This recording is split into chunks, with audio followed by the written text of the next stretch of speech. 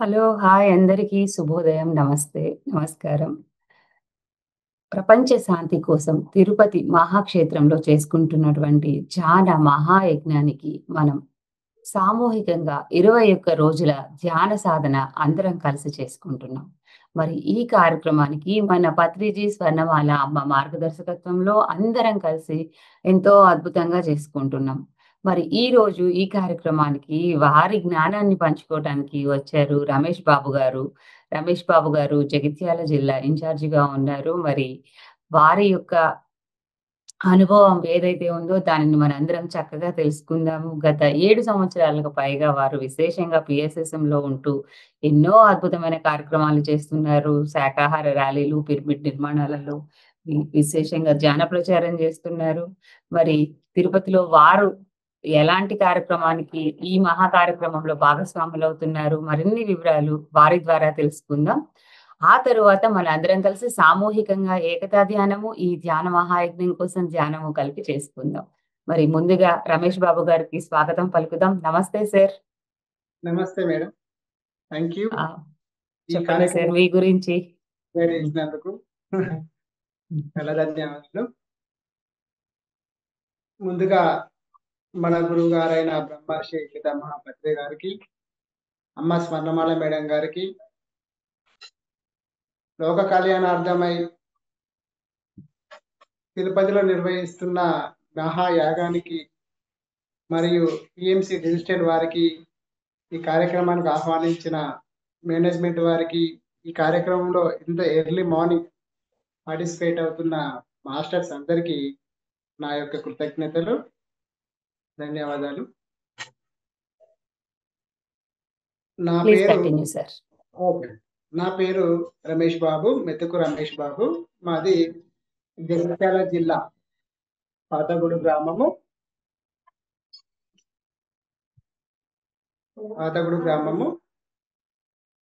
నేను 2019లో ఈ ధ్యాన మార్గంలోకి రావడం జరిగింది.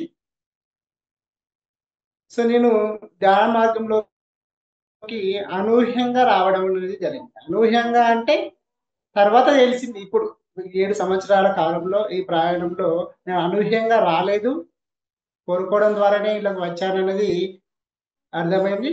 సో నేను ధ్యాన మార్గానికి రాకముందుకు నేను ఒక కాలేజీ కరెస్పాండెంట్ అండి. నాకు ఒక జూనియర్ కాలేజీ ఉండేది, ఒక డిగ్రీ కాలేజీ ఉండేది. నేను ఆ ప్రయాణంలోనే ఉన్నాను. ఎన్నో 15 సంవత్సరాలుగా ఆ కాలేజీ నడిపిస్తూ ఉండేవాడిని. కానీ నాకు సంతోషం అనేది లేదు. ఎందుకు లేదు అంటే ఎన్నో లక్షల రూపాయలు పెట్టి మనం ఇన్వెస్ట్‌మెంట్ చేస్తున్నాము. కానీ అక్కడ మనకు హ్యాపీనెస్ అనేది లేదు. ఎందుకంటే మనము పిల్లల ద్వారా ఎదురయ్యే సమస్యలు గాని, మార్కెట్‌లో ఎదురయ్యే సమస్యల వల్ల గాని, ఎందుకు నేను జన్మ తీసుకున్నాను? నాకింత విలువ లేని ఈ జీవితం ఎందుకు అనే ఒక ఆలోచన ఎప్పుడు నాలో ఉండేది. నేను ఎప్పుడు హనుమాన్‌తోని మామూలుగా మాట్లాడుతూ ఉండేవాడిని. ఏమనంటే, "హనుమాన్ ఏంటిదిది? ఈ జీవితం ఇంతేనా? ఏంది ఈ గౌరవం లేని జీవితం మనకి ఎందుకు?" అని నేను ఎందుకు గౌరవం మనకు లేదు అంటే, ఇప్పుడు ప్రైవేట్ వ్యవస్థలో ఎలా ఉంటది అంటే, ఒక పిల్లవాడిని అడ్మిషన్ తీసుకోవాలి అంటే, ఎన్నో సార్లు వాళ్ళ ఇంటికి వెళ్ళాల్సొచ్చేది. ఒక ప్రిన్సిపల్‌గా, ఒక కరెస్పాండెంట్‌గా నేను వాళ్ళ ఇంటికి వెళ్ళినప్పుడు స్టార్టింగ్ స్టేజ్‌లో మంచిగానే మనల్ని వాళ్ళు గౌరవించేవారు. కానీ పదే పదే వెళ్తూ ఉంటే గౌరవం ఉండేది కాదు. మనల్ని ఎలా చూసేవారు అంటే, ఏదో ఈయన స్వార్థం కోసం వస్తున్నాడు అనే విధంగా చూసేవారు. అప్పుడు నాకు అనిపించేది ఏందంటే, నేను ఎన్ని సార్లు ఇంటికి వెళ్ళినా, ఎవరింటికి వెళ్ళినా నన్ను గౌరవంగా ఆహ్వానించే వ్యవస్థ ఏదైతే ఉంటదో, నాకు అది కావాలి అని నేను హనుమాన్ ఊకే మనసులో అనుకునేవాడిని. ఇలా కాదు. నేను పోయిన వెంటనే వాళ్ళని చిదరించుకోవడం గాదు. నేను ఎన్ని సార్లు వాళ్ళ ఇంటికి వెళ్ళినా గౌరవంగా నన్ను స్ ఆశీ స్వీకరించి నాతో పాటు ఉండే వ్యవస్థ ఏదైనా ఉంటే బాగుండు అని నేను ఈ విధంగా ఎప్పుడు హనుమాన్‌తో మాట్లాడుతూ ఉండేవాడిని. ఈ విధంగా ఉంటూ ఉంటే ఒకరోజు నేనేం చేశానంటే ఎర్లీ మార్నింగు సూర్య నమస్కారాలు చేయడం జరిగింది. సూర్య నమస్కారాలు చేసి నేను ఇక శివాసనం వేద్దాము. శవాసనం వేయడం ద్వారా ఏమవుతుంది అంటే శవాసనం వేస్తే చాలా బాగుంటది. సో, శవాసనం వేయడం ద్వారా ఒక పాట పెట్టుకొని శవాసనం వేస్తే ఇంకా బాగుంటదనుకుని నా పక్క పంటి ఉన్న సెల్లులో సరే ఒక ఏదైనా పెడదాము అని ఆన్ చేయడం జరిగింది. ఆన్ చేస్తే నాకు తెలవకుండానే పి యూట్యూబ్ ఛానెల్ ఓపెన్ చేశాను. వాస్తవానికి నేను ఒక రికార్డెడ్ పాటను ఓపెన్ చేద్దాం అనుకున్నాను. కానీ అది నాకు తెలవకుండానే ఒక యూట్యూబ్ ఛానెల్ అనేది ఓపెన్ జరిగింది. అందులో ఒక మ్యూజిక్ రావడం జరిగింది. నేను శివాసనం వేద్దామని ఒక పాట పెట్టుకుంటే ఒక మ్యూజిక్ రావడం జరిగింది. ఆ మ్యూజిక్ నేను విన్నాను. ఆ మ్యూజిక్ నేను విని ఇంగా ఆ క్షణమే నేను ధ్యానంలోకి వెళ్ళాను. బిల్డింగ్ పైనుండి కిందకి వెళ్ళాను. స్నానం చేశాను. ధ్యానంలో కూర్చున్నాను. ఆ విధంగా మళ్ళీ కొంచెం సేపయిన తర్వాత ఒక 1 అవర్, 2 అవర్స్ తర్వాత ధ్యానం జరిగింది. ఒక 1 డే తర్వాత నేనేం చెప్పాను అంటే, సో, మా అమ్మతో నేను చెప్పాను. అమ్మ నేను ఇక ఈ 21 రోజులు లేదా 41 రోజులు నేను శాకాహారము తినను.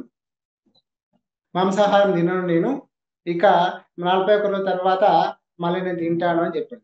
మా అమ్మ ఏందిరా అంటే, "ఏమీ లేదు. నాకిలా అనిపిస్తుంది. నేను ధ్యానం జేస్తాను." ధ్యానం అనే వర్డ్ గూడా నాకు తెలవదు. అసలు నేను వాస్తవంగా చెప్పాలి అంటే, నేను ఏ ఛానెల్ ఓపెన్ చేస్తున్నానో గూడా ఒక 2 రోజులు, 3 రోజుల వరకు తెలవదు అసలు. ఇది ఏం ఓపెన్ చేశాను, యూట్యూబ్‌లో ఈ సాంగ్ ఎందుకొచ్చింది అనే విషయం నాకు ఏమీ తెలవదు. దీర్ఘంగా ఆలోచిస్తూ పోతే ఏమైంది అంటే, అది పీఎంసీ ఛానెల్ అనేది నాకప్పుడు అర్థమైంది. అంటే నేను ధ్యాన మార్గంలోనికి రావడానికి ప్రప్రథమంగా ఉపయోగపడ్డ ఛానెల్ ఏంటంటే పీఎంసీ ఛానెలే. సో, పీఎంసీ ఛానెల్ ద్వారా మాత్రమే నేను ధ్యాన మార్గంలోకి రావడం జరిగింది. కాబట్టి పీఎంసీ ఛానెల్‌కు నాకు చాలా అనుబంధం ఉంది. సో, పీఎంసీ ఛానెల్ గనుక లేకుండుంటే నేను ఈరోజు ఈ ధ్యాన మార్గంలో ఉండేవాడిని కాదు. సో, ఎప్పుడైతే నాకు పీఎంసీ నేను అందులో యూట్యూబ్ ఓపెన్ చేయడం జరిగిందో, అలా విధంగా 1 డే, 2 డే, 3 డేస్ ఇట్లా వింటున్నాను, ధ్యానంలో కూర్చుంటాను, వింటున్నాను, ధ్యానంలో కూర్చుంటాను. వెంటనే ఇంగ శాకాహారంలోకి మారిపోయాను. ఆ క్షణమే వింటున్నాను. నాకేం అర్థం కావడం లేదు. ఏం జరుగుతుందో అర్థం కావట్లేదు. వింటున్నాను, వీడియోస్ వస్తున్నాయి. మరి అందులో ఒక గురువు కావాలి అని అంటున్నారు. కానీ గురువు ఎవరు? ఎక్కడుంటారు? తెలవదు. ఒక పాట పెట్టుకోవాలి, మ్యూజిక్ జేయాలి. గురువెవరు? గురువు అని చెప్తున్నారు. గురువెక్కడున్నాడు? ఏంటిది? అని నేను మళ్ళీ ఏం లేదు. నేను కళ్ళు మూసుకుంటాను. యూట్యూబ్ ఛానెల్ ఓపెన్ చేస్తా. ఎవరు ఆ యూట్యూబ్‌లోకొస్తారో వాళ్ళు మాత్రమే నా గురువుగా నేను భావిస్తాను అని అనుకున్నాను. ఆ విధంగా ఒకటికి 2 సార్లు, 3 సార్లు, 4 సార్లు ఒ ఒక 5 సార్లు అనుకోండి ఫర్ ఎగ్జాంపుల్. 5 సార్లు గనుక ఓపెన్ చేస్తే 5 సార్లు ఒకటే బొమ్మ రావడం జరిగింది. 5 సార్లు ఒకలే రావడం జరిగింది. ఆ ఒకరు ఎవరు అంటే మన గురువు గారైన బ్రహ్మర్షి పితామహ పత్రి గారే మనకు రావడం జరిగింది. సో, ఇతనే గురువు. ఎందుకు అంటే నేను ఎన్ని సార్లు టెస్ట్ చేసుకున్నా పత్రి సారే మనకి రావడం జరిగింది. ఇతనే రావడం జరుగుతుంది కాబట్టి నా యొక్క గురువు, నా యొక్క ధ్యాన సాధనలో నాకు ఎవరు గురువు అంటే ఇతనే గురువు అని నేను నిర్ణయించుకోవడం జరిగింది. సో, మరి నేను నిర్ణయించుకున్నాను బాగానే ఉంది. ఈయన ఎక్కడుంటాడు? అనే వరకి నాకు తెలవదు. ఈయనను కలవడం ఎలా? అని మళ్ళీ యూట్యూబ్ ఛానెల్ చూస్తే అప్పుడు ప్రారంభ స్టేజ్‌లో ఏం వీడియోస్ వచ్చేటి అంటే ఎక్కువ సంకల్పం పెట్టుకో. నువ్వు సంకల్పం పెట్టుకున్నట్లయితే నువ్వు ఖచ్చితంగా నువ్వు అనుకున్నది సాధిస్తావు. అప్పుడు నేనేం చేసేవాడినంటే ఈ గురువు ఎవరు? ఈ గురువుని నేను గలవాలి. ఈ గురువుని గలవాలంటే ఎట్లా గలవాలి? ఎక్కడి నుంచెల్లి గలవాలి? నేను గురువుని గలవాలి. ఏం లేదు యూట్యూబ్‌లో చూడాలా ఒక ఓపెన్ చేయంగానే సంకల్పం వస్తది. సంకల్పానికి సంబంధించిన ఒక స్టోరీ వస్తది. మేడమ్స్ వస్తారు, చెప్తారు. ఇలా సంకల్పం పెట్టుకోండి, ఇలా చేయండి అంటే ఇంక నేను ఒకటే పెట్టుకున్నాను. నేను ఈ గురువును కలవాలి. నిజంగా నేను చేస్తున్నది ధ్యానమే. నేను చేస్తుంది కరెక్టే అయితే నేను ఈ గురువు ఎవరో ఈ గురువును కలవాలి అని ఇలా సంకల్పం పెట్టుకొని ధ్యానం చేస్తూ ఉంటే ధ్యాన మహాయజ్ఞం నడుస్తుందనే విషయం నాకు తెలియదు. వాస్తవానికి ఈడ ప్రోగ్రామ్ ఉంటుంది, ఈ ధ్యాన మహాయజ్ఞం ఉంటుంది, ఇది వెళ్ళాలనే విషయం తెలియదు. కానీ మా బామ్మర్ది గవర్నమెంట్ ఎంప్లాయీ, గవర్నమెంట్ టీచర్. అతనికి 2, 3 రోజులు హాలిడేస్ రావడం జరిగింది. మరి 2, 3 రోజులు హాలిడేస్ వచ్చినాయి. మనము కడతాల్లో ఏదో ధ్యాన మహాయజ్ఞం నడుస్తుందట. మనం వెళ్ళాలి. అక్కడ గురువు ఉంటాడట అని నేను సంకల్పం పెట్టుకున్నాను. ఏమని పెట్టుకున్నాను? ఖచ్చితంగా నేను ధ్యానం చేసేది కనుక సరైంది అయితే నేను గురువును కలవాలి. కానీ చెప్పడానికి ఆయనకు ధ్యానంలో లేడు. విషయం ఏంటంటే మేము ఇద్దరం ఒకటే రోజు ధ్యాన సాధన చేశాము. అది అది సూర్య నమస్కారాలు చేశాము. కానీ అతను ధ్యానంలోకి రాలి. నేను మాత్రమే ఆ వీడియో విన్నది ఒకటే క్షణంలో ఇద్దరం విన్నాము. బామ్మర్ది విన్నాడు, నేను కూడా విన్నాను. కానీ అతను దాన్ని పట్టించుకోలేదు. కేవలం నాకు మాత్రమే ఇది అట్రాక్ట్ అయిపోయింది. మరి వస్తావా పోదామా అంటే ఆయన ఏమంటే రాడు కావచ్చు అనుకున్నాను. పోదాంపా అని ఆయనతో వెళ్ళడం అనేది. వెళ్తే మన లక్ష్యం ఏంటిది? పత్రి సార్ని, గురువు గారిని నేను కలవాలి, గురువు గారితో మాట్లాడాలి. అక్కడ చూస్తే అలాంటి అవకాశం ఏమీ లేదు. మనం ఎలా ఉంది అంటే చాలా హెవీ జనాలు మాస్టర్స్ ఉన్నారు. మనకు పాసిబిలిటీ కాదు. ఎక్కడో చివర్లో మేము ఉన్నాము. ఇక నేను అనుకున్నాను అప్పుడు, అబ్బా ఇదంతా పాసిబిలిటీ కాదు. ఇది ధ్యానం లేదు, సంకల్పం లేదు, ఏమి లేదు.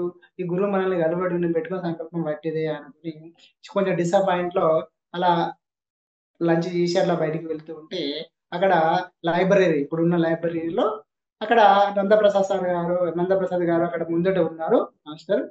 అయితే నేను ఎక్కడో చూసినట్టుంది అంటే, యూట్యూబ్ లో చూశాను కదా, మరి ఆ యూట్యూబ్ లో చూసిన వ్యక్తి ఈయనే, ఒకసారి కలుద్దాము అని నేను అక్కడికి వెళ్ళాను. వెళ్తే ఇక్కడ సార్ అంటే, ఇక్కడ పత్రి సార్ ఉన్నారు, ఇప్పుడు మీరు ఇక్కడ బయట ఆగండి అన్నాడు. పత్రి సార్ ఉన్నాడా అని నేను అక్కడనే ఆగిన తర్వాత సార్ కొంచెం కూర్చుండబెట్టిన తర్వాత పత్రి సార్ రూమ్ లోకి వెళ్ళి బయటికి రావడం జరిగింది. బయటకు వచ్చిన తర్వాత నేను బయటికి వెళ్ళి లోపలికి నన్ను పంపించారు. తర్వాత సరే మీరు వెళ్ళండి అని పంపిస్తే నేను మొదటిసారి సార్ను కలవడం జరిగింది. నేను ఏ సంకల్పంతో వెళ్ళాను? నేను గురువును కలవాలి, గురువుతోని నేను మాట్లాడాలి అనే ఒక గొప్ప సంకల్పం పెట్టుకున్నాను. కాబట్టి ఆ సంకల్పం నాకు ఆ క్షణం నెరవేరింది. అప్పుడు నాకు అర్థమైంది, ఓకే నేను చేస్తున్నది సరైన ధ్యానమే, నేను చేస్తున్నది సరైన మార్గంలోనే ఉన్నాను అనేది నాకు అర్థమైంది. అప్పుడు నేను గురువుగారితో మాట్లాడడం జరిగింది. గురువుగారి సేవ చేస్తున్న సమయంలో నన్ను అడిగాడు, ఏమిటి విశేషాలు అని నన్ను అడిగినప్పుడు నేను ఏమన్నానంటే, అప్పుడు మాకు అజ్ఞానం ఏం తెలియదు సార్, మా ఏరియా ధ్యానం అంటే ఏం తెలియదు. నేను అనుకునేవాడిని నేను ఒక్కనే ధ్యానంలో ఉన్నాను, ఎవరికి లేదు, నాకు అనుకోకుండా ధ్యానంలోకి వచ్చాను అనే విషయము నేను అనుకుని భ్రమలో ఉండేవాడిని. కానీ పత్రి సారు, అరే నువ్వు వచ్చిన విషయం ఏందో, నువ్వు వచ్చిన పని ఏందో నువ్వు చేసుకొని వెళ్ళు అని నన్ను తిట్టడం జరిగింది. తిట్టిన వెంటనే నేను బయటకు వచ్చాను. ఓకే అంటే వెళ్ళాను అన్నాడు. తర్వాత కొద్దిసేపటి తర్వాత ఇక నేను బయటకు వచ్చాను. బయటకు వచ్చిన తర్వాత అక్కడ ఒక నిలబడితే ఒక మాస్టర్ వచ్చి ఏమన్నానంటే, బాబు మీరు ఇక్కడ నిలబడడం కాదు, ఇవి పాంప్లెట్ ఇస్తున్నాను, మీరు ఈ పాంప్లెట్ ను పట్టుకొని ఈ పాంప్లెట్ ఉన్న అడ్రస్ మీరు వెళ్ళాలి, ఇక్కడ నిలబడద్దు అని చెప్పారు. అంటే ఇక్కడ నిలబడద్దు అంటే ఇక మీరు చేయాల్సిన పని ఇది, మీరు ఈ పాంప్లెట్ పట్టుకొని వెళ్ళాలంటే ఆ పాంప్లెట్ ఏంటిదంటే QLU, క్వాంటమ్ లైఫ్ యూనివర్సిటీ. మీరు క్వాంటమ్ లైఫ్ యూనివర్సిటీలో మనకు సోల్ కోర్స్ ట్రైనింగ్ ఉంటుంది, దీన్ని మీరు వెళ్ళాలి అని అంటే దానిలో చూసినట్లయితే అది 7వ నెల వరకే మనకు అయిపోయింది. ఏంటి అడ్మిషన్స్ అనేది అప్పుడు 7వ నెల వరకే ముందుగానే తీసుకునే వాళ్ళు, తర్వాత తీసుకునే వాళ్ళు కాదు. సో మరి మేడం గురుగారు ఏం చెప్పారు, మీరు ఇక్కడికి వెళ్ళాలని చెప్పి వాళ్ళకి ఫోన్ చేస్తున్నాం, మీకు అడ్మిషన్ లేదని చెప్పి మరి ఏం చేయాలి? మళ్ళీ సంకల్పం, నో నేను సోల్ కోర్స్ ట్రైనింగ్ వెళ్ళాను. సోల్ కోర్స్ ట్రైనింగ్కి వెళ్ళి నేను అక్కడ క్లాసులు అటెండ్ కావాలి అని మళ్ళీ సంకల్పము, మళ్ళీ ధ్యానం. సో కొన్ని రోజుల తర్వాత చివరగా 5 రోజుల ముందు నాకు కాల్ రావడం జరిగింది. ఏమంటే, సరే రండి, మీరు ఎవరు రాలేదు, ఆ ప్లేస్లో మిమ్మల్ని సెలెక్ట్ చేశాము, రండి అని అన్నాను. సో ఇక్కడ కూడా నేను ఏదైతే అనుకున్నానో అది నాకు నెరవేరింది. నేను 2 సంవత్సరాలు QLUలో క్వాంటమ్ లైఫ్ యూనివర్సిటీలో నేను అద్భుతంగా జ్ఞానాన్ని పొందడం అనేది జరిగింది. ఎప్పుడైతే నేను క్వాంటమ్ లైఫ్ యూనివర్సిటీకి వెళ్ళానో అక్కడ నుండి ఆ రోజు నుండి నా యొక్క ధ్యాన ప్రచారం అనేది ప్రారంభించడం జరిగింది. 2019 జనవరిలో మనం ధ్యాన ప్రచారానికి నేను క్వాంటమ్ లైఫ్ యూనివర్సిటీకి వెళ్ళాను. సో ఆ రోజు నుండి నాకు ధ్యాన ప్రచారం అనేది ప్రారంభింది. ఆ రోజు నుండి ఈ క్షణం వరకు ప్రతిరోజు కంపల్సరిగా ధ్యాన ప్రచారం చేస్తూనే ఉండడం జరిగింది. సో ఫస్ట్ మాకు కాలేజ్ ఉంది కాబట్టి ఆ కాలేజీలో పిల్లలకి ధ్యానం చెప్పడం జరిగింది. డిగ్రీ పిల్లలు, ఇంటర్ పిల్లలు ఉండేవారు. వారికి ధ్యానం చెప్తూ ధ్యానం చేయండిరా, ధ్యానం చేయడం వల్ల ఎన్నో ఉపయోగాలు ఉంటాయని వాళ్ళతో ధ్యాన సాధన జరిగింది. అది సరిపోలేదు. ఇంకా ఓన్లీ నా కాలేజ్ పిల్లలకే ధ్యాన ప్రచారం అందితే ఎలా? అంతటా అన్ని ఏరియాల్లో ధ్యాన ప్రచారం అందాలి అన్న ఉద్దేశంతోని మనము ధ్యానాన్ని అన్ని గ్రామాలు, అన్ని స్కూళ్ళకి, అన్ని గ్రామాలకి, అదేవిధంగా హాస్పిటల్స్‌కి నేను ప్రచారం చేయడం అనేది ప్రారంభించాను. సో అన్ని గ్రామాలకు వెళ్ళాలి, అన్ని స్కూళ్ళకి వెళ్ళాలి. స్కూళ్ళకి సంబంధించి పిల్లలకు సంబంధించిన జ్ఞానాన్ని అందియాలి. హాస్పిటల్‌కి వెళ్తే హెల్త్ ఏ విధంగా ఉండాలి, గర్భిణీ స్త్రీలు ఏ విధంగా ఉండాలి, వాళ్ళు ఏ విధంగా ఉంటే నార్మల్ డెలివరీ అవుతారు, ఏ విధంగా ఉంటే అద్భుతంగా హ్మ్, ఎలాంటి మెడిసిన్ వాడకుండా ఉంటారు అనేది వాళ్ళకి వివరించడం అనేది జరిగింది. అదే విధంగా దివ్య జీవన బాంధవ్యాలు ఏ విధంగా ఉండాలి అనే విషయాన్ని కూడా నేను ఎక్కువగా వివరించడం అనేది జరిగింది. సో ఈ విధంగా వివరిస్తూ, ఈ విధంగా ధ్యాన ప్రచారం చేస్తూ నేను గొల్లపల్లిలో మన కాలేజీ ఉంటుంది. గొల్లపల్లి నుండి జగిత్యాల షిఫ్ట్ కావడం జరిగింది. జగిత్యాల వచ్చిన తర్వాత ఏంటిదంటే అన్ని డిస్ట్రిక్ట్‌లకి సంబంధించి మనం చూసినట్లయితే ఏదో ఒక టీమ్ ఉంది. కానీ మా జగిత్యాల డిస్ట్రిక్ట్‌లో టీమ్ లేకుండే. మరి టీమ్ లేకుండా ఎందుకంటే స్ట్రెంగ్త్ ఈజ్ యూనిటీ అని మనం అంటున్నారు. ఎందుకంటే అందరూ కలిసి ఉంటేనే అది దృఢంగా ఉంటది అన్న ఉద్దేశంతోని మనం ఏం చేశామంటే వీళ్ళందరూ ఇండివిడ్యువల్‌గా ఉన్నారు. ఎప్పుడైనా ప్రోగ్రామ్ పెడితే అందరూ స్పందిస్తున్నారు, చందాలు ఇస్తున్నారు. కానీ యూనిటీగా లేదు. ఒక ప్రోగ్రామ్ నిర్వహిద్దాం, ఒక కార్యక్రమం నిర్వహిస్తామంటే ఎవరు లేరు. ఎవరు ముందుకొస్తే వాళ్ళు మాత్రమే దానికి బాధ్యత తీసుకొని నిర్వహించడం జరుగుతుంది. ఇలా అయితే మనం ధ్యానాన్ని అన్ని గ్రామాలలో విస్తరించలేము. మరి అన్ని గ్రామాలలో ధ్యానాన్ని విస్తరించాలి అంటే ధ్యాన ప్రచారం విస్తరించాలి. పిరమిడ్ ధ్యానం ఉంది, పిఎస్ఎస్ఎం ఉంది, పిఎంసి ఉంది అనేది ఇంకా మా గ్రామాలలో మా జిల్లాలను తీసుకున్నట్లయితే ఒక 70% తెలవదు. ప్రస్తుత పరిస్థితుల్లో కూడా ఇంకా 70% తెలియదు గ్రామాలలో. ఓన్లీ 30% వరకే మనం రీచ్ కాగలిగాం. మరి ఈ విధంగా ఇండివిడ్యువల్‌గా ఒకళ్ళొకళ్ళుగా మనం చేస్తే ధ్యాన ప్రచారం ఎలా జరుగుతుంది? ముందుకు వెళ్ళలేదు. మరి దీనికి ఉన్న సొల్యూషన్ ఏంటిది? అన్ని గ్రామాలలో ఒకటే రోజు ధ్యాన ప్రచారం. లేకుంటే ఒక వారంలో కంప్లీట్ ధ్యాన ప్రచారం. ఒక నెలలో పూర్తిగా అన్ని గ్రామాల్లో ధ్యాన ప్రచారం చేయాలంటే ఏం చేయాలని ఆలోచన వచ్చి ఫస్ట్ అయితే మండల్ వైస్‌గా టీమ్‌లు తయారు చేద్దాం. ప్రతి మండలానికి మా జిల్లాలో 20 మండలాలున్నాయి. 20 మండలాల్లో 20 టీమ్‌లు తయారు చేద్దాం. 20 టీమ్‌లు తయారు చేస్తే 20 టీములలోకెళ్ళి ఒకటే రోజు 20 గ్రామాల్లో కనీసం 20 మండలాలలో అయినా మన ధ్యానాన్ని నిర్వహించొచ్చు. లేదు అంటే ఒక టీములో ఒక మండలంలో ఉన్న ఒక 20 మంది మాస్టర్స్ ఉన్నట్లయితే ఒక్కొక్క మాస్టర్ ఒక్కొక్క గ్రామానికి వెళ్ళినా ఒక మండలంలో 20 గ్రామాలు ఉంటాయి. లేకుంటే 22 లేకుంటే 20 ఉంటాయి. అంతకంటే ఎక్కువగా గ్రామాలు ఉండవు.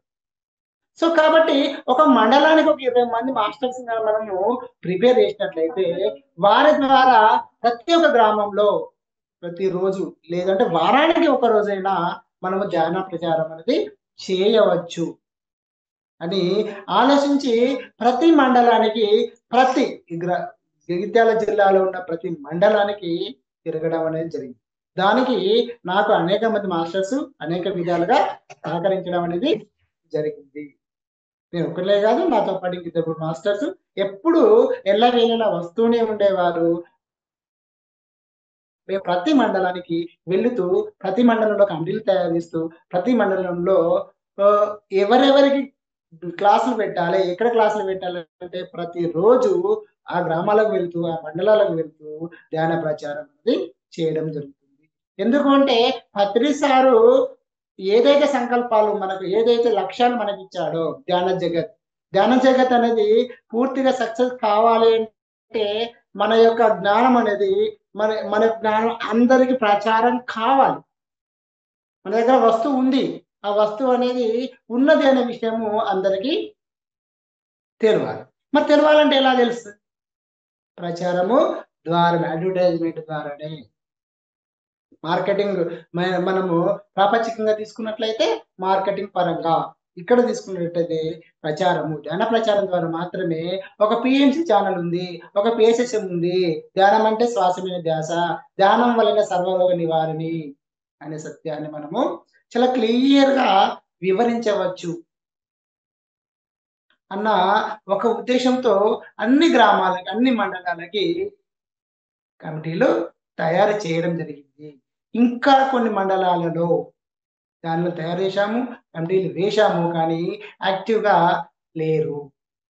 సో వారిని కూడా యాక్టివ్గా చేయడం కోసమే ప్రయత్నాలు చేస్తూ ఉన్నాము. ఎందుకంటే ధ్యాన జగత్ అందరూ ధ్యానం చేస్తేనే జ్ఞానవంతులు. ధ్యానం వల్లనే పత్రి సార్ చెప్పాడు కదా, ధ్యానం వల్లనే జ్ఞానము, జ్ఞానం వల్లనే మనం ముక్తిని పొందుతాము.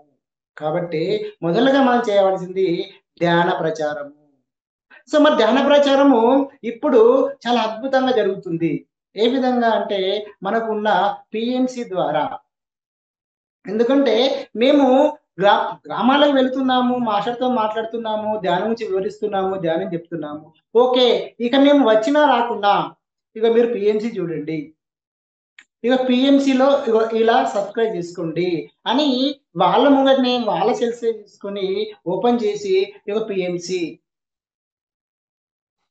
ఇక పిఎంసిలో నీకు ఏది కావాలి, నీకు ఒక సమస్య ఉంది అనుకో, ఆ సమస్యను నీ దృష్టిలో పెట్టుకుని ప్రశ్న వేసుకొని పిఎంసి ఛానల్ ఓపెన్ చేయి, నీ సమస్యకు పరిష్కారము దొరుకుతుంది. దొరకకపోవడం అంటూ ఏది లేదు అని చాలా మంది మాస్టర్స్ మనము వివరించడం జరుగుతుంది. సో వాళ్ళు కూడాను చాలా అద్భుతమైన రిజల్ట్ పొందుతున్నారు. చాలా మంది చాలా అద్భుతమైన రిజల్ట్స్ వాళ్ళు చెప్తూ ఉంటే, మాస్టర్స్ వాళ్ళు చెప్తూ ఉంటే ఎంతో మిరాకిల్స్ అనిపిస్తుంది. లక్షలు 10 లక్షలు 20 లక్షలు పెట్టుకొని ఆరోగ్యం మంచిది కానీ కేవలం పిఎంసి ఛానల్ చూడడం ద్వారా, ఒకరోజు ధ్యానం నేర్పించి పిఎంసిలో కంటిన్యూషన్ చూడడం ద్వారా రోగాలు ఏమైపోయాయి. ఒక ఆమె ఒక 10 నిమిషాలు కూర్చోలేదు. అలాంటిది ఆమె ఒక 10 లక్షలు 20 లక్షలు ఖర్చు పెట్టుకుని బీడీలు ఇస్తుంది. ఇప్పుడు ఈ రోజు ఎంత హ్యాపీగా ఉంది అంటే చాలా హ్యాపీగా ఉంది. సార్ నేను ఎన్ని గంటలైనా కూర్చోగలుగుతున్నాను, ఎన్ని గంటలైనా ధ్యానం చేయగలుగుతున్నానని వాళ్ళ చుట్టుపక్కల ఉన్న గ్రామాలకి, చుట్టుపక్కల రిలేటివ్స్ కి, వాళ్ళ ఆయన ఫారెన్ లో ఉంటారు, అతనికి ఫోన్ చేసి కూడాను నువ్వు ధ్యానం చేయాలి, నువ్వు ధ్యానం చేస్తేనే అక్కడ ఉండు, లేకుంటే ఇక్కడికి వచ్చేయి అని అంత అద్భుతంగా. ఆమె ఒకతే కాదు, ఒక మాస్టరే కాదు, చాలా మంది మాస్టర్స్ మనకి ఈ విధంగా పిఎంసిలో చూడడం ద్వారా జ్ఞానాన్ని పొందుతున్నారు. ఎందుకంటే సత్య జ్ఞానం అనేది ఎక్కడ లేదు. జ్ఞానం అనేది ఉంది కానీ సత్య జ్ఞానం అనేది ఒక పిఎంసి ఛానల్లో మనకి లభ్యమవుతుంది. ఎందుకంటే సత్య జ్ఞానం చెప్పగలిగిన ఏకైక వ్యక్తి ఎవరు అంటే ఒక పత్రి సార్ మాత్రమే. పత్రి సార్ మాత్రమే సత్య జ్ఞానాన్ని మనకు అందించడం అనేది జరిగింది. కాబట్టి సత్య జ్ఞానాన్ని పొంది, ఎందుకంటే సరైన ధ్యానం చేస్తేనే నువ్వు సరైన మార్గంలోకి వెళ్తావు, సరైన గురువు దొరికితేనే నువ్వు సరైన మార్గంలోకి వెళ్తావు. సరిగాని మార్గం నువ్వు సరిగాని మార్గంలోకి వెళ్తావు. అంటే మనం ఎదుగుతామా? సరిగాని మార్గంలో లేకుంటే ఎదగలేము, దిగజారి పోవడమే జరుగుతుంది. కాబట్టి మనం ఏం చేయాలి? ఎదగాలి అంటే మనం ఎన్నుకోవాల్సింది సరైన మార్గాన్ని, సరైన గురువుని. సరైనది ఏది సరైనదో అది సరైనది పట్టుకుంటే నువ్వు సరైన మార్గంలోకి వెళ్తావు. కాబట్టి ఈ రోజుల్లో, ఈ సమాజం, ఇప్పుడున్న పరిస్థితుల్లో మనకు కేవలం పిఎంసిలో మాత్రమే సరైన ధ్యానము, సరైన జ్ఞానము అందడం జరుగుతుంది. ఎంతో మంది ఇప్పుడు మొన్న మేడం గారు చెప్పారు, సోనాల అమ్మగారు చెప్పారు ఏంటంటే ఎంతో మంది మాస్టర్స్ ఎన్నో రకాల ప్రయోగాలు చేస్తున్నారు, ఎన్నో రకాలుగా మభ్య పెడుతున్నారు. ఇవన్నీ కాదు అని మేడం గారు మనం చెప్పడం జరిగింది. దీని అర్థం ఏంటిది అంటే, మనకు వేరే యూట్యూబ్ ఛానల్స్ లో కానీ వేరే ఛానల్స్ లో కానీ సత్యమైన జ్ఞానము అందటం లేదు. దానికి కారణం ఏంటంటే, మెయిన్ కారణం ఇంతవరకు తెలియకపోవడమే. ఎందుకంటే మన గురువు గారు అంత శక్తివంతులు, జ్ఞానవంతులు ఇంకా ఎవరు సొసైటీలో ప్రస్తుతము లేరు. కాబట్టి మనం ఖచ్చితంగా జ్ఞానాన్ని పొందాలి అంటే పిఎంసి అనేది మాత్రమే చూడాలి. ఈ పిఎంసి లో ఖచ్చితంగా అందరికీ అందజేయాలి. పిఎంసి మన దగ్గర ఉంది. ఏంటిది? బంగారం ఉంది. ఆ బంగారం అనేది అందరికి నా దగ్గర ఉంది, కొనుక్కోండి అంటేనే కొనుక్కుంటారు. అంటే మనం కూడా పిఎంసి ఉంది, అద్భుతంగా ఉంది, ఇది ప్రతి ఒక్కరికి ఇలా చూడండి, మీ సమస్యలు పోతాయి, రోగాలు పోతాయి, బాధలు పోతాయి, మీరు ఆనందంగా ఉంటారు అనే విషయాన్ని మనము చెప్పగలగాలి. చెప్పాలి అంటే మనం ఏం చేయాలి అంటే, ప్రతి ఒక్కరము గ్రామానికి వెళ్ళాలి. గ్రామానికి తిరిగి ప్రతి ఒక్కరికి పిఎంసి ఉంది, ధ్యానం ఉంది, ధ్యానం అంటే శ్వాసమైన ధ్యాసనే, ఇంకేది కాదు అనే సత్యాన్ని ఖచ్చితంగా వాళ్ళకి చెప్పాలి. చెప్పడం ద్వారా మనము వాళ్ళు వింటారా వినడం మనకు అవసరం లేదు, వింటారు 100%. అదే విధంగా మరి చాలా వరకు మనం ఏం చేస్తున్నామంటే పాంప్లెంట్స్ పంచడం అనేది జరుగుతుంది ప్రస్తుతము. ఏంటంటే ఓన్లీ ధ్యాన ప్రచారమే కాకుండా ఖచ్చితంగా పాంప్లెంట్స్, ప్రతి పాంప్లెంట్స్ ఎప్పుడు మన బ్యాగ్ లో ఉంటాయి. ఎక్కడికి వెళ్ళినా కూడా ఒక పాంప్లెంట్ ఇవ్వడము, ముచ్చట కంటే ముందు ఫస్ట్ పాంప్లెంట్ ఇవ్వడం జరుగుతుంది.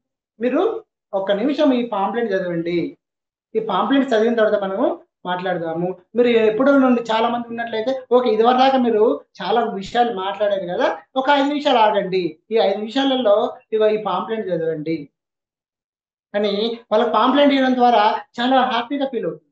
ఎందుకంటే చాలా ప్లేస్లలో నేను ఎగ్జామ్ సెంటర్స్ లో కానీ లేకుంటే ఏదైనా మీటింగ్ ప్రదేశాలలో కానీ అక్కడికి వెళ్ళినప్పుడు పాంప్లెంట్ ఇవ్వడం జరుగుతుంది. పాంప్లెంట్ ఇస్తే చాలా మంది, వందల మంది పాంప్లెంట్ చదువుకుంటూ హాయిగా ధ్యానంలో కూర్చున్నట్టు హాయిగా అదే నిమగ్నమైపోయి ఉంటుంది.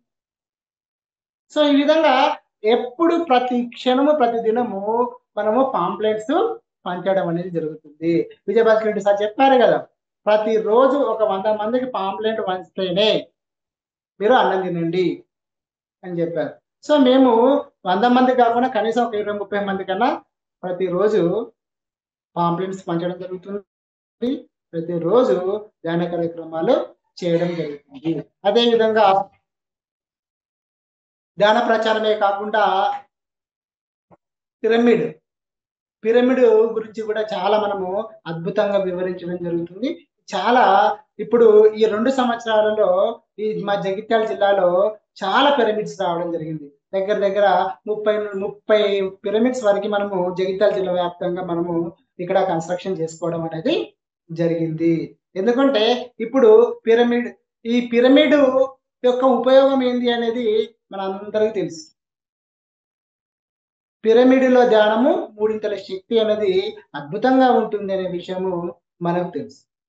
సో కాబట్టి ఈ విషయాన్ని ప్రతి ఒక్క మాస్టర్కు తెలియజేయడము, పిరమిడ్ వల్ల ఉపయోగాలు ఏమిటో తెలియజేయడము, పిరమిడ్ కింద ధ్యానం చేయడం వల్ల ఎన్ని లాభాలు వస్తున్నాయి, ఎంత లాభాలు వస్తున్నాయో చాలా క్లియర్గా వివరించడం జరుగుతుంది.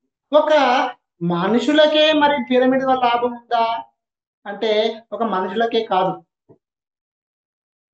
భూమాతకు, ప్రకృతి మాతకు, ప్రతి ఒక్కరికి, వ్యవసాయదారులకు, పంట పొలాలకు అన్నిటికీ ఎంతో అద్భుతంగా ఈ పిరమిడ్ శక్తి అనేది ఉపయోగపడుతుంది.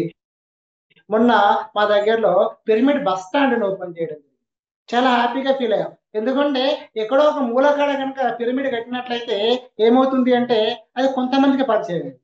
అదే ఎప్పుడైతే పిరమిడ్ బస్ స్టాండ్ మేము ఓపెన్ చేయడం జరిగిందో చాలా మంది రావడం జరిగింది.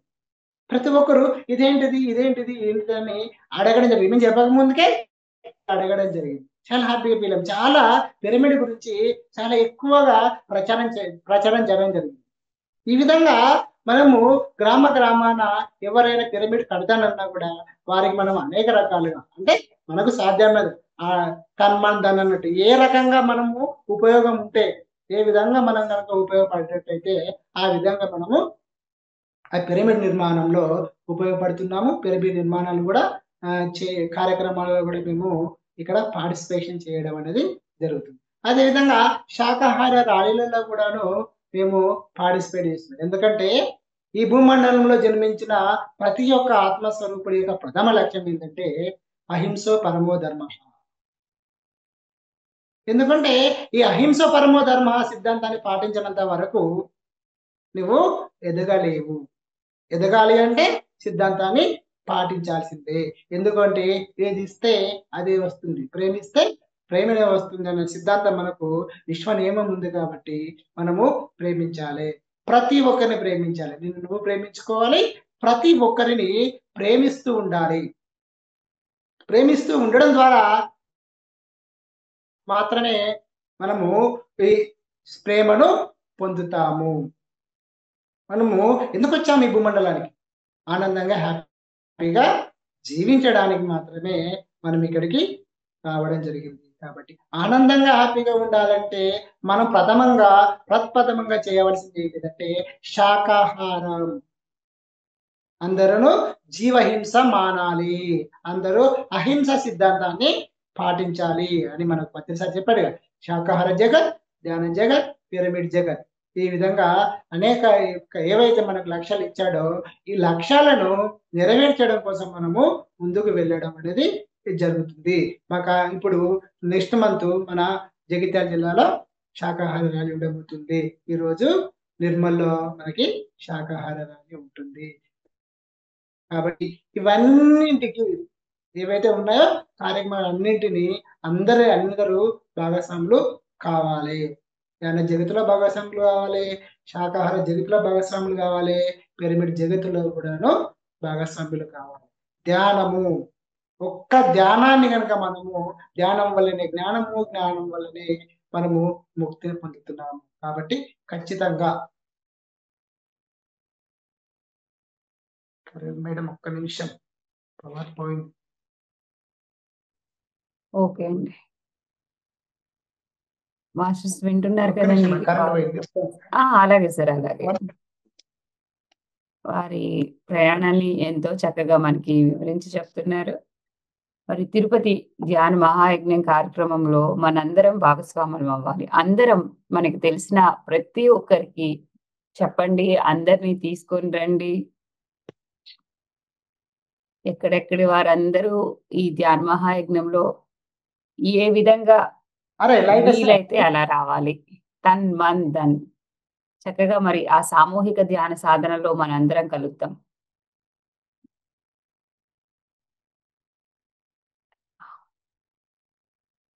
ఎన్నో అద్భుతమైన కార్యక్రమాలు చేసుకుంటామండి మనం. డిసెంబర్‌లో చేసుకునేటటువంటి పత్రిజీ ధ్యాన మహాయాగం లాగానే తిరుపతిలో కూడా ఆ కార్యక్రమాలుంటాయి. ఆధ్యాత్మికవేత్తలు, గురువులు, మన స్పిరిచువల్ సైంటిస్టులు అన్ని కార్యక్రమాలు యథావిధిగానే ఉంటాయి. Okay sir, continue. Yes sir, continue చేయండి సార్. ఓకే. ఈ విధంగా మా జిల్లాలో ధ్యాన కార్యక్రమం నడుస్తుంది మేడం. ఎప్పుడైతే ధ్యాన మార్గాలకు అడుగుపెట్టామో, పత్రిజీ మార్గాలకు అడుగుపెట్టామో అప్పటి నుండి ఇప్పటి వరకు కంటిన్యూషన్ గా జరుగుతూనే ఉంది. సో అదే విధంగా ఇంకా నేను చిన్న టాపిక్, అంటే పెద్దది కాదు, అందరికి తెలిసిందే, ఒక చిన్న టాపిక్ చెప్తాను. ఓకేనా మేడం, చెప్పచ్చా? Yes sir. సో మనము పొదుపు చేసుకోవాల్సింది ఏమిటి అని మనం ఆలోచించినట్లయితే, పొదుపు చేసుకోవాల్సింది డబ్బుల, నగల, బంగ్లాల, భూముల, ఏంటిది? ఏది పొదుపు చేసుకుంటే మనము ఇక్కడ ఈ భూమండలంలో ఎక్కువ కాలము జీవించవచ్చు అని మనం ఆలోచించినట్లయితే, మనం పొదుపు చేసుకోవాల్సింది భూములు కాదు. ఎన్ని ఎకరాల భూమి సంపాదించినా భూమి మీద ఉండలేవు. ఎన్ని లక్షల కోటి సంపాదించినా ఈ భూమి మీద మనము ఉండలేము. ఏది సంపాదించినా ఈ ప్రాపంచికంలో ఉన్న, ఈ భౌతిక ప్రపంచంలో ఉన్న ఏ వస్తువులను మనము, ఏ ఆస్తులను సంపాదించినా మనము ఈ భూమండలంలో ఎక్కువ కాలం ఉండలేము. మరి ఎక్కువ కాలము భూమండలంలో ఉండాలి అంటే డబ్బులు సంపాదిస్తే ఉండగలుగుతావా? ఉండలేదు. మరి ఏది సంపాదించుకోగలగాలి అంటే, ఎక్కువగా సంపాదించుకోవాల్సింది ఏంటిదంటే శ్వాస. ఎక్కువగా పొదుపుగా వాడుకోవాల్సింది ఏంటిదంటే శ్వాస. పత్రిసారి చెప్పాడు కదా! శ్వాస మీద ధ్యాస అంటే దాని అర్థము ఎన్నో రకాలుగా మనకు ఉంది. ఒకటే రకంగా గాదు. శ్వాస మీద ధ్యాస పెట్టి కూర్చోవడం గాదు.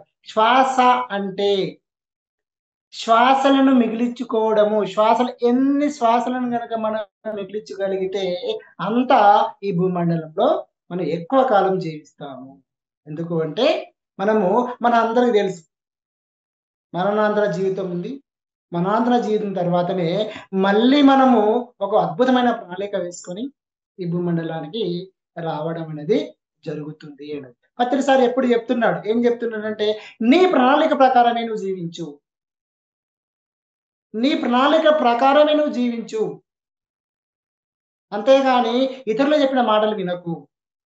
ఇతరులతో సంబంధం లేదు. నాతో సంబంధం లేదు. నీకెవ్వరితో సంబంధం లేదు. నీకున్న సంబంధము నీకు నీ ప్రణాళికకు మాత్రమే సంబంధం ఉంది. నువ్వు ఏ ఉద్దేశంతో, ఏ ప్రణాళికతో భూమండలానికి వచ్చావో ఆ ప్రణాళికను నిర్వర్తించు.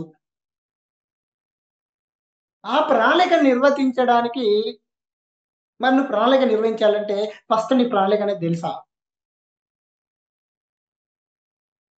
తెలవదు. ఎందుకంటే ఇప్పుడు నాకు 45 సంవత్సరాలు వచ్చినాయి. ఈ 45 సంవత్సరాలు వచ్చినప్పటికి ఇప్పటి వరకి నేను ఎందుకు జన్మ తీసుకున్నాను ఈ భూమండలం మీద? నా యొక్క కార్యక్రమం ఏమిటి? నా కార్యం ఏమిటి? అనే విషయాన్ని నేను ఇప్పటి వరకు తెలుసుకోలేకపోయాను. కానీ చేయవలసిందేంటిది? ఆ ప్రణాళికను తెలుసుకొని, ఆ ప్రణాళికకు అనుగుణంగానే ఈ భూమండలంలో నేను జీవించాలి. ఆ ప్రణాళికబద్ధమైన జీవితానికే నేను పని చేయాలి. అలా చేయకుండా నేను గనుక శరీరాన్ని వదిలేసి వయసు అయిపోయి శరీరాన్ని వదిలిపెట్టి వెళ్తే నేను జన్మ తీసుకున్న దానికి అర్థం ఏముంది? ఏమీ లేదు. కాబట్టి నా ప్రణాళికను నేను తెలుసుకోవాలి. నా ప్రణాళికని పూర్తి చేసుకోవాలి అంటే, నా ప్రణాళిక పూర్తి అయ్యేంత వరకు నేను ఈ భూమండలం మీదనే ఉండాలి. మరి ఎలా ఉంటాను? మనందరికీ తెలుసు. ఎప్పుడైతే జన్మ తీసుకునేటప్పుడు, ఎప్పుడైతే మనము ఆ పరలోకం నుండి ఈ ఇహలోకానికి వస్తున్నప్పుడు, మనము తీసుకున్న మనము తీసుకొని వచ్చేది ఏంటిదంటే శ్వాస. దాన్ని మనము ఏమంటున్నామంటే ఆయుష్షు అని మనం అంటున్నాం. ఎలా ఉంటుంది? నాయనా నువ్వు భూమండలానికి వెళ్తున్నావు. చాలా బాగుంది. మరి వెళ్లి ఎప్పుడొస్తావు? ఏ సమయం లోపు నీ ప్రణాళికను కంప్లీట్ చేసుకుంటావు అని అన్నప్పుడు మనకి అశ్విని దేవతలు తెలుసు ఇది మనందరికి. అశ్విని దేవతలు మనకు ఆయుష్ను ఇవ్వడం జరుగుతుంది. ఆయుష్ అంటే శ్వాసలని మనము ఇక్కడ మనం అర్థం చేసుకోవచ్చు. ఆయుష్ అనేది మనకు ఇవ్వడం జరుగుతుంది. ఈ ఆయుష్ నువ్వు ఒక పని మీద పోతున్నావు. ఎగ్జాంపుల్‌గా తీసుకుందాం. నువ్వు ఒక పని మీద వెళుతున్నావు. ఈ పని మీద వెళుతున్నప్పుడు ఇగో ఈ పలానా ప్రణాళిక ప్రకారము నువ్వు భూమండలానికి వెళ్తున్నావు కాబట్టి ఇగో ఈ యొక్క లక్ష్య శ్వాసలను తీసుకో. ఈ లక్ష్య శ్వాసలలోనే ఈ లక్ష్య శ్వాసలను పీల్చుకొని ఈ లక్ష్య శ్వాసలను వాడుకొని నువ్వు భూమండలం మీద జీవించి నీ ప్రణాళికను పూర్తి చేసుకుని రా అని మనకు ఎప్పుడైతే మనము ఆ పరలోకం నుండి ఈ భూలోకానికి మనం వస్తున్నప్పుడు అశ్విని దేవతలు మనకు ఈ ఆయుష్ను ఇచ్చి ఈ భూమండలానికి పంపడం అనేది జరుగుతుంది. కానీ నాకు ఇప్పటి వచ్చింది, నేను ఇప్పటి వరకు ఇంకా నా ప్రణాళిక తెలుసుకోవాలి. మనం ఎప్పుడు తెలుసుకోవాలి ఇంకా? మరి నేను తెలుసుకోవడానికి నాకు ఇంకో సమయం పడుతుంది అనుకో. అప్పుడు నేను ఏదైతే తెచ్చుకున్నానో ఆయుష్ నాకు ఇక్కడ మిగిలి ఉండాలి. ఉన్నప్పుడు మాత్రమే నా ప్రణాళికను నేను పూర్తిగా నిర్వహించగలుగుతాను. కాబట్టి ఏ ఆయుష్ అయితే మనకు ఇవ్వడం జరిగిందో అది పూర్తి అయ్యే లోపే మన ప్రణాళికను పూర్తి చేయాలి. ఆ ప్రణాళికను పూర్తి చేసుకొని మనం వెళ్ళాలి. ప్రణాళికను పూర్తి చేసుకోక మనం వెళ్ళినట్లయితే మన జన్మకి అనేది అర్థం లేదు. కాబట్టి మనము ప్రణాళికబద్ధమైన జీవితాన్ని జీవించాలి అంటే మనము భూమండలంలోనే ఉండాలి. వేరే మండలాల్లో ఆ విధంగా జీవించడానికి లేదు. ఇక్కడనే మనం జీవించాలి కాబట్టి ఖచ్చితంగా మనకు ఆయుష్ అనేది ఇక్కడ జీవించాలంటే ఉండాలి, ఆయుష్ ఉండాలి. నీ ప్రణాళిక పూర్తి కాకుండా నీకు తీసుకున్న లక్ష శ్వాసలు అయిపోయిన క్షణమే మనం శరీరాన్ని వదిలిపెట్టి వెళ్ళడం జరుగుతుంది. కాబట్టి మనము లక్షల కోట్ల రూపాయలు పొదుపు చేస్తే భూమండలం మీద ఉండలేము. ఎకరాల భూములను మనము కొనుగోలు చేసినా సంపాదించినా ఈ భూమండలం మీద ఉండలేము. ఉండగలిగింది ఏకైక మార్గం ఏంటిదంటే నువ్వు ఎంత పొదుపుగా వాడుకుంటావో, ఎంత తక్కువగా శ్వాసను వాడుకుంటావో ఆ శ్వాసల ద్వారా మాత్రమే మనం ఈ భూమండలం మీద ఉంటాము. కాబట్టి మనము ఎక్కువగా శ్వాసలను పొదుపు చేసుకోవాలి. ఎక్కువ శ్వాసలను పొదుపు చేసుకున్నప్పుడు మాత్రమే మనం ఎక్కువ కాలం జీవిస్తాం. మీరు చూడండి, తాబేలు ఎన్ని సంవత్సరాలు తీస్తుంది? దగ్గర 200 సంవత్సరాలు, 500 సంవత్సరాల వరకు జీవిస్తుంది. ఎందుకు జీవిస్తుంది మరి అది అంటే అది రోజుకి ఒక నిమిషానికి ఒక 3 శ్వాసలు తీసుకుంటుంది. నిమిషానికి 3 శ్వాసలు మాత్రమే తీసుకుంటుంది కాబట్టి అది ఎక్కువ కాలము ఈ భూమండలంలోనే జీవించగలుగుతుంది. అదే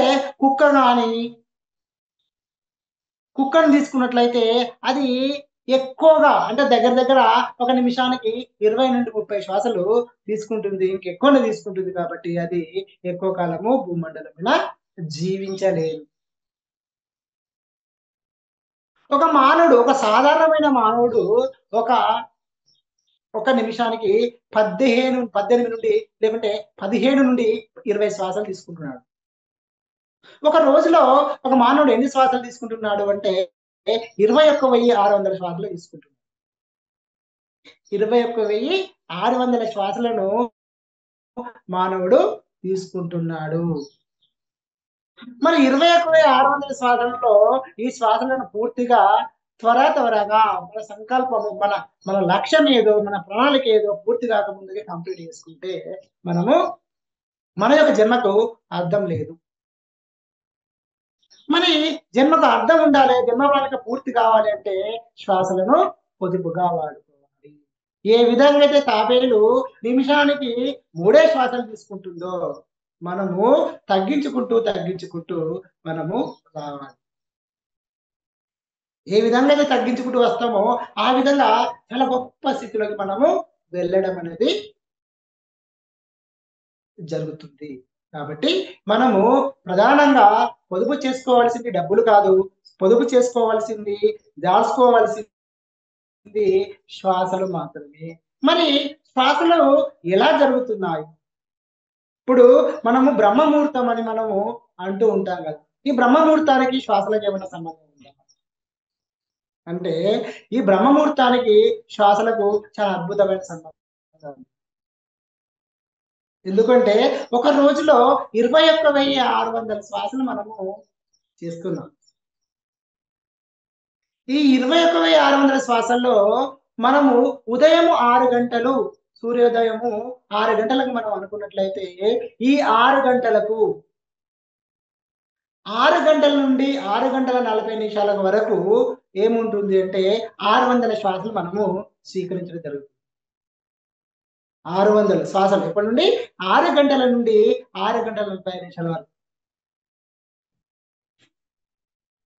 స్వీకరించడం అనేది జరుగుతుంది.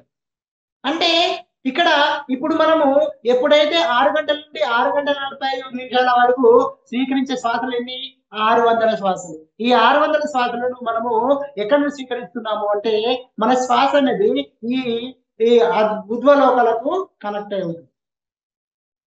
అందులో మొదటి శ్వాసలు 6 గంటలకు మనకు భూమాతకి అంటే మూలాధార చక్రంకి మనము కనెక్ట్ అయి ఉంటాము. అంటే భూలోకానికి మనం కనెక్ట్ అయి ఉంటాము. భూలోకం నుండి మనము శ్వాసలను తీసుకుంటాం. ఆ సమయంలో మనకు వచ్చే జ్ఞానం కూడాను ఎక్కడి నుండి ఉంటుంది అంటే ఈ భూమండలానికి సంబంధించిన జ్ఞానమే ఉంటుంది. రెండవది స్వాదిష్టాన చక్రం. ఈ స్వాదిష్టాన చక్రంలో మన శ్వాసలు 6000 శ్వాసలు చేయడం జరుగుతుంది. 6 గంటల నుండి 6 గంటల 45 నిమిషాల నుండి 1:30 నిమిషాల వరకు ఈ శ్వాసలు నడుస్తాయి. మధ్యాహ్నము 1 గంట 30 నిమిషాల వరకు శ్వాసలు అనేది కొనసాగడం జరుగుతుంది.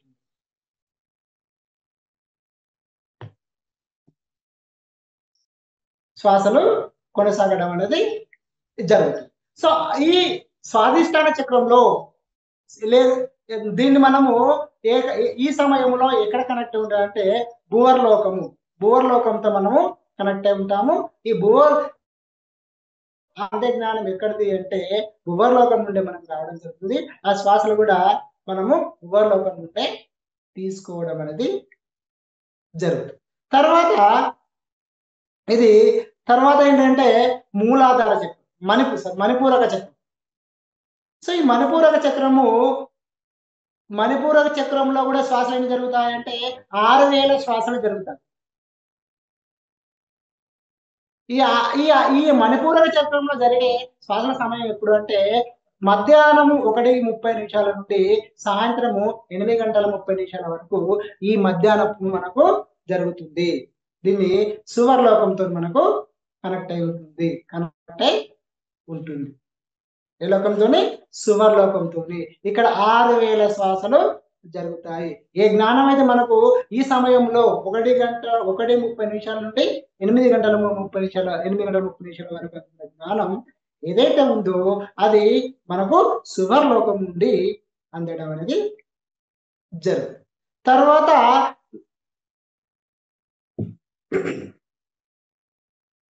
మణిపూరక చక్రం. మణిపూర్ చక్రం అయిపోయిన తర్వాత అనాహత చక్రం. ఈ అనాహత చక్రం అనేది మహాలోకానికి సంబంధించింది. సో ఈ మహాలోకంలో ఈ సమయంలో కూడాను 6000 శ్వాసలు జరుగుతాయి. ఈ 6000 మహాలోకం నుండి మనము జ్ఞానాన్ని స్వీకరించడం అనేది జరుగుతుంది. సో ఏ జ్ఞానం అయితే మనము ఇది ఎప్పటి నుండి 8:30 నుండి రాత్రి 1:30 వరకు 1:30 వరకు మనకి ఈ శ్వాసలు అనేవి జరుగుతాయి. అంటే రాత్రి పూట మనం ధ్యానం చేస్తున్నప్పుడు ఎక్కడి నుండి జ్ఞానాన్ని స్వీకరిస్తున్నాము అంటే మహాలోకం నుండి మనము జ్ఞానాన్ని స్వీకరిస్తున్నాము. అంటే హయ్యర్ తలాల నుండి హయ్యర్ లోకాలకు వెళ్ళి మనము జ్ఞానాన్ని స్వీకరిస్తున్నాము. తర్వాత విశుద్ధ చక్రం. విశుద్ధ చక్రము దేని కనెక్ట్ అయి ఉంటుందంటే జనాలోకానికి కనెక్ట్ అయి ఉంటుంది. సో ఈ జనాలోకంలో ఎన్ని శ్వాసలు జరుగుతాయంటే 1000 శ్వాసలు జరుగుతాయి. 1 నుండి 2:30 వరకు. తర్వాత ఆజ్ఞాచక్రం. ఈ ఆజ్ఞాచక్రంలో సువర్లోకం. ఈ ఆజ్ఞాచక్రము దేని కనెక్ట్ అయి ఉంటుందంటే సువర్లోకము. ఎప్పటి నుండి 2:30 నుండి 3:30 మధ్యలో మనం సువర్లోకానికి కనెక్ట్ అయి ఉంటాము.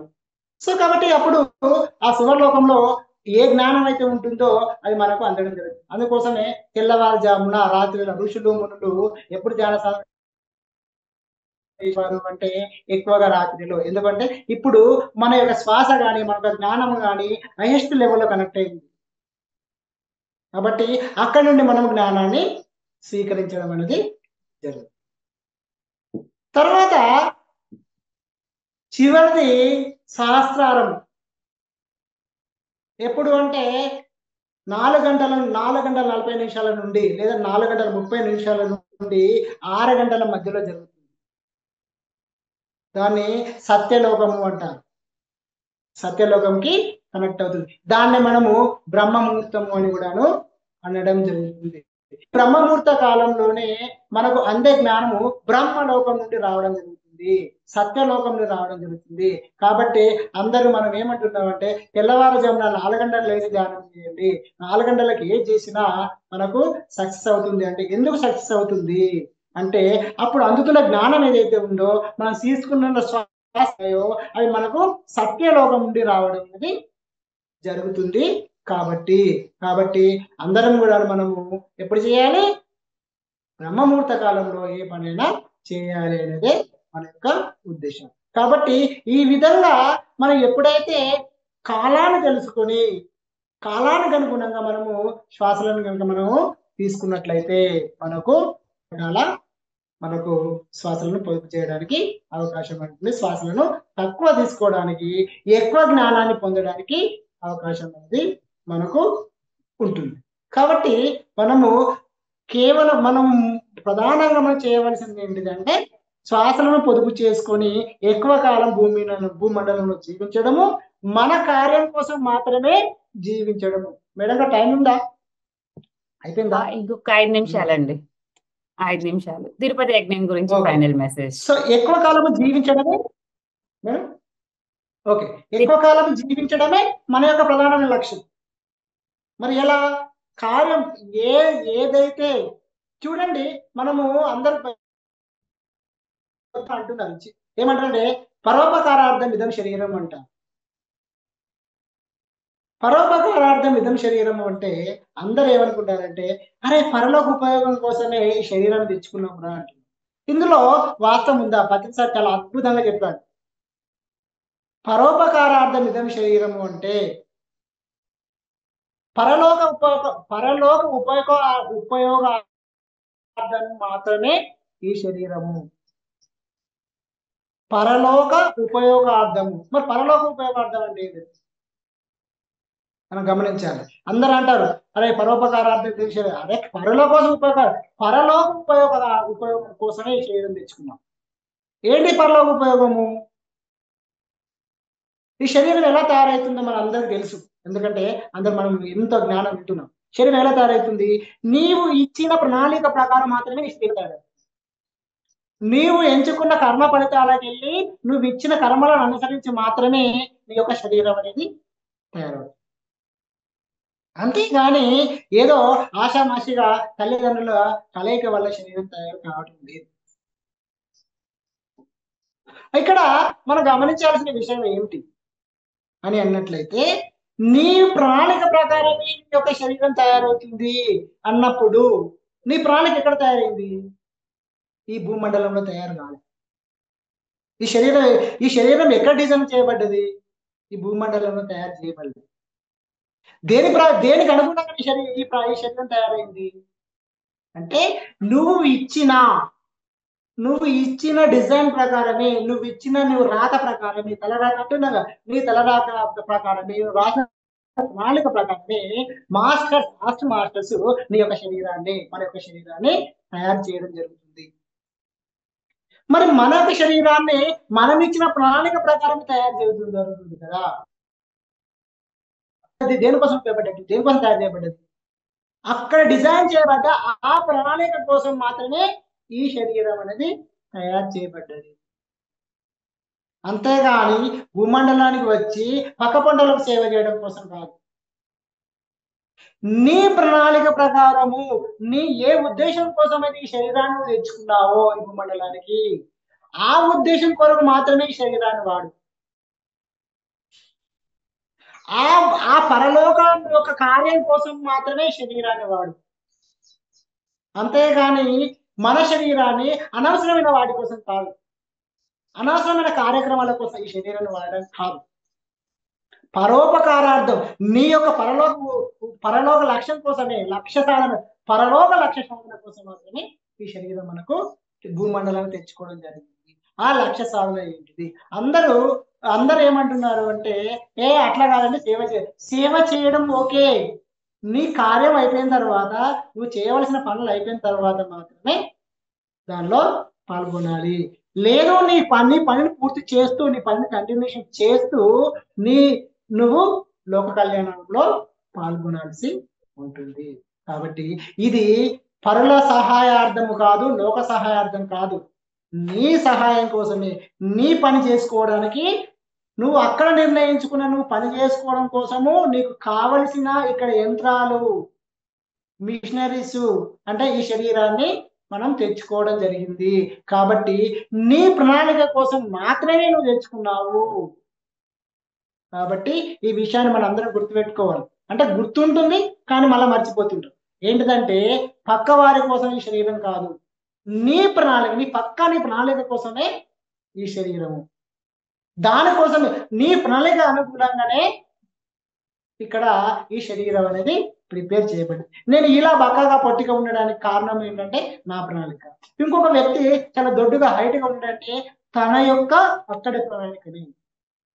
ఒక సేవ చేయడానికి వచ్చినప్పుడు అందరూ ఒకడే ఈక్వల్ గా ఉంటారు కదా, వేరే వేరే ఉంటారు అనేది మన చిన్నగా లాజిక్ గా ఆలోచించినట్లయితే మనము ఇక్కడ ఈ భూమండలంలో ఉపయోగార్థము ఈ శరీరం లేదు, పక్కవారి కోసం ఈ శరీరాన్ని తెచ్చుకోలేదు, కేవలము మన కార్యాలు నిర్వహించుకోవడం కోసమే, మన లక్ష్యము, మన జన్మ ప్రణాళిక నిర్వహించుకోవడం కోసం మాత్రమే మనము ఇక్కడికి ఈ శరీరాన్ని తెచ్చుకున్నాము. కాబట్టి పరోపకారార్థం ఇదం శరీరం అంటే పరలోకం యొక్కని లక్ష్యం నెరవేర్చుకోవడం కోసమే ఈ శరీరము, పరలోకంలో నిర్ణయించుకున్న లక్ష్యం నెరవేర్చడం కోసమే ఈ శరీరము అనే విషయాన్ని మనము చాలా క్లియర్ గా గమనించుకొని దీన్ని మన ప్రణాళిక కోసము, మన లక్ష్యం కోసము, ఎందుకోసం ఈ భూమండలానికి వచ్చాము, ఏ ప్రణాళికతో ఈ భూమండలానికి వచ్చాము, ఆ ప్రణాళికను పూర్తిగా నిర్వహిస్తూ,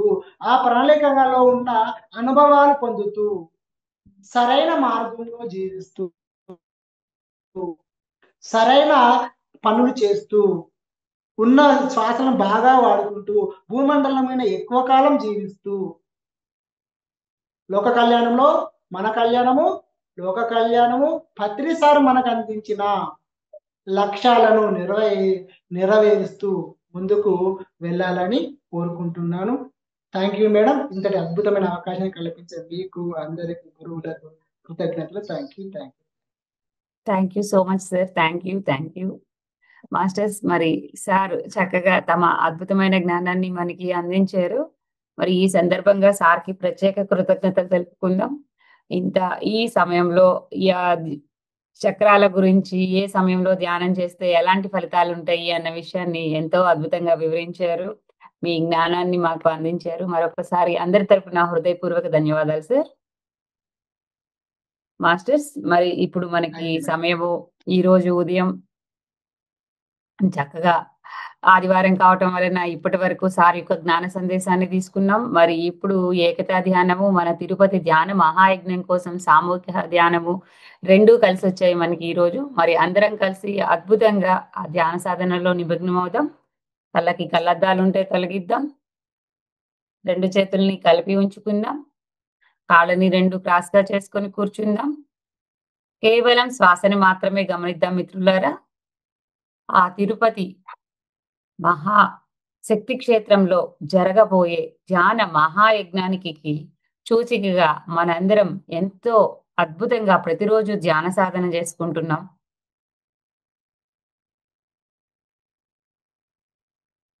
ఎంత భాగ్యమో అందరం కలిసి ఇంత అద్భుతంగా చేసుకోవటం. నిదానంగా మన సహజ స్థితికి వద్దాం మాస్టర్స్. ఇప్పటి వరకు ఎంతో అద్భుతంగా మన అందరం కలిసి సామూహిక ధ్యాన సాధన చేసుకున్నాము.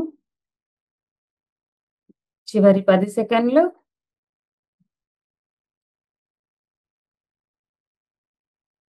10, 9, 8, 7, 6. నిదానంగా చేతి వేళ్ళు తలపై ఉంచుకుందాం. 5, 4, 3, 2, 1. చక్కని చిరునవ్వుతో కళ్ళు తెరుస్తూ గట్టిగా క్లాప్ చేసుకుందాం. పితా మహాపాత్రిజీ, స్వర్ణమాల అమ్మ, మనకి సహకరిస్తున్న ప్రతి ఒక్క పిరమిడ్ మాస్టర్ కి వేల కృతజ్ఞతలు తెలుపుకుందాం. ఈ కార్యక్రమం ఇంత అద్భుతంగా చేసుకుంటున్నాము. Thank you masters. మరి మనకి సహకరించిన ప్రతి ఒక్కరికి ఎంత కృతజ్ఞతలు చెప్పుకున్నా తక్కువే. మరి తిరుపతిలో జరగబోతున్న ధ్యాన మహాయజ్ఞం కార్యక్రమానికి అందరికీ మనం పేరు పేరున ఆహ్వానాన్ని పలుకుదాము. మరి అందరినీ భాగస్వాముల్ని చేద్దాము. మరి ప్రతి ఒక్కరం మనకి తోచినంత తన్ మన్ ధన్ ఎవరి మీద చేయగలిగితే ఆ వంతు బాధ్యతని మనం పోషిద్దాం. మరి ఈ కార్యక్రమాన్ని ఇప్పటితో ముగించుకొని మరొక కార్యక్రమంలో మరొక కార్యక్రమంలో మళ్ళా కలుద్దాం. అప్పటి వరకు సెలవు. నమస్తే. సర్వే జన సుఖినో భవంతు. లోకా సమస్త సుఖినో భవంతు.